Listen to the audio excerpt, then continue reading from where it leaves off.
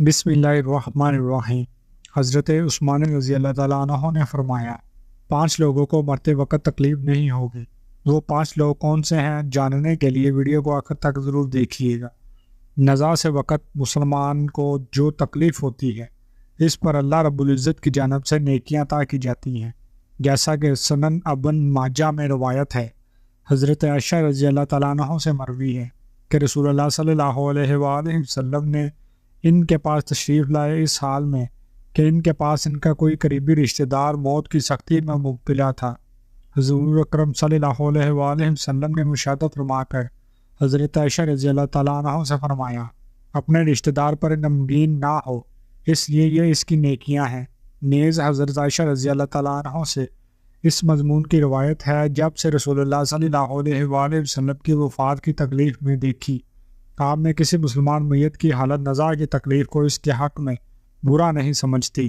حدیث سے معلوم ہوتا ہے کہ نزا کے وقت ہونے والی سختی مرنے والے کی بدعمالیوں کا ہرگز نتیجہ نہیں ہوتی۔ مسلمان کے حق میں اس پر اجر و ثواب اور گناہوں کی معافی کی ہی امید رکھنی چاہیے۔ ناظرین، 5 لوگوں کو مرتے وقت تکلیف نہیں ہوگی۔ حضرت سیدنا عثمان غنی رضی اللہ تعالیٰ عنہ نے فرمایا تھا دنیا میں 5 لوگ ایسے ہیں جن کو مرتے وقت تکلیف نہیں ہوگی، ان کی روح آسانی سے نکلے گی۔ حالت نظام انسان کی آدھی روح اندر ہوتی ہے اور آدھی روح ہواہی ہوتی ہے اور بندہ تکلیف میں ہوتا ہے۔ اس وقت انسان کو پیاس اتنی لگتی ہے کہ انسان یہ چاہتا ہے کہ سمندر کا پانی پی جاؤں، اور اگر بالفرض 7 سمندر کا پانی وہ پی بھی جائے پھر بھی اس کی پیاس کا بھی ختم نہیں ہوگی۔ روح نکلتے وقت انسان کو جو تکلیف ہو رہی ہوتی ہے وہ ناقابل بیان ہے۔ حضرت سیدنا عثمان غنی رضی اللہ تعالیٰ عنہ نے فرمایا یہ 5 لوگ ایسے ہیں کہ انہیں مرتے وقت ذرا بھی تکلیف نہ ہوگی، یعنی موت آسان ہوگی اور بغیر تکلیف کے ہوگی۔ پوچھا گیا کہ جناب وہ کون سے 5 لوگ ہیں جنہیں موت کی سختی میں بھی نرمی میسر ہوگی؟ تو فرمانے لگے کہ سب سے پہلا شخص وہ جو اپنے ماں باپ کی موت کے بعد، یعنی ماں باپ کے مرنے کے بعد وراثت کا حصہ اپنی بہنوں کو پہنچانے میں جلدی کرتا ہے، یعنی وراثت کا حصہ اپنی بہنوں کو جلد اور بوقت پہنچاتا ہے۔ ایسا نہ ہو کہ بہن کے بچے بھوک سے بلکتے رہیں اور تم بہن کے حق پر قبضہ کیے بیٹھے رہو، اور بہن اس انتظار میں رہی کہ میرا بھائی کب مجھے میرے ماں باپ کی وراثت میں سے حصہ دے گا۔ بہت بار یہ بھی دیکھنے میں آتا ہے کہ بہن کی شادی نہیں ہوئی جبکہ والدین دنیا سے رخصت ہو گئے تو بھائی نے کہا کہ کوئی بات نہیں، جب بہن کی شادی کروں گا تو اس کا حصہ اسے جہیز کی صورت میں بھی دوں گا۔ یاد رہے کہ اس اسلام میں بہنوں کو جہیز دینا فرض نہیں جبکہ ان کا وراثتی حق دینا فرض ہے۔ دراصل عورت کو جہیز دینا یہودیوں کی رسم ہے، اسلام اس کی ترغیب نہیں دیتا، لیکن اسلام میں عورت کا وراثتی حصہ دینا فرض ہے۔ واضح رہے کہ والدین کی ترکہ میں جس طرح ان کی نرینہ اولاد کا حق کو حصہ بنتا ہے، اسی طرح بیٹیوں کا بھی اس میں شرعی حق اور حصہ ہوتا ہے۔ والدین کے انتقال کے بعد ان کے ترکار پر بیٹوں کا خود تنہا قبضہ کر لینا اور ان بہنوں کو ان کے شرعی حصے سے محروم ناجائز و سخت گناہ ہے۔ بھائیوں پر لازم ہے کہ بہنوں کو ان کا حق اور حصہ اس دنیا میں دے دیں، ورنہ آخرت میں دینا پڑے گا، اور آخرت میں دینا آسان نہیں ہوگا۔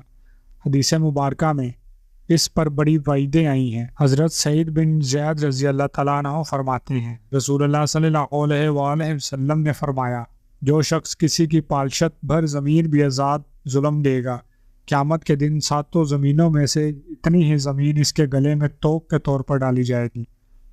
ایک اور حدیث مبارکہ میں ہے، حضرت انس رضی اللہ تعالیٰ عنہ فرماتے ہیں رسول اللہ صلی اللہ علیہ وآلہ وسلم نے فرمایا جو شخص اپنے وارث کی میراث کاٹے گا، یعنی اس کا حصہ نہیں دے گا، تو اللہ تعالیٰ قیامت کے دن اس کی جنت کی میراث کاٹ دے گا۔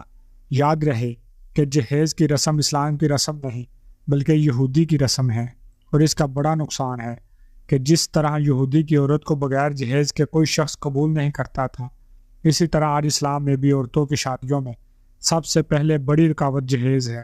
غریب آدمی کی بیٹی بیٹھی بوڑھی ہو گئی کہ جہیز کا کوئی بندوبست نہ ہو سکتا۔ اسی طرح اگر کوئی شخص یہ کہے کہ میں بہن کا وراثتی حصہ تو نہیں دے سکتا، البتہ جب اس کی شادی کا وقت ہوگا تو جہیز دے دوں گا، لہٰذا فرمایا گیا کہ بہنوں کو بروقت حصہ دینے والے کی روح موت کے وقت بڑی آسانی سے نکلتی ہے۔ ایک عورت کا بھائی جو فوت ہوا تو اس عورت نے بہت اصرار کیا کہ مجھے بھی قبرستان میں لے چلو، میں بھی اپنے بھائی کی قبر پہ جانا چاہتی ہوں۔ خیر اس کے اس اصرار کو قبول کیا گیا اور اسے قبرستان میں اس جگہ لے جایا گیا جہاں اس نے بھائی کی تدفین ہونے والی تھی۔ اس کے دیکھتے ہی دیکھتے میت کو قبر میں اتارا گیا اور اس کے بھائی کو مٹی کے سپرد کر دیا گیا۔ جب دعا کی باری آئی تو تمام عزیز و اقارب کے سامنے اس روتی ہوئی بہن نے آسمان کی جانب اپنے ہاتھ اٹھائے اور آسمان کی جانب دیکھا۔ اس کا دل رو رہا تھا، آنکھیں چھم چھم برس رہی تھی۔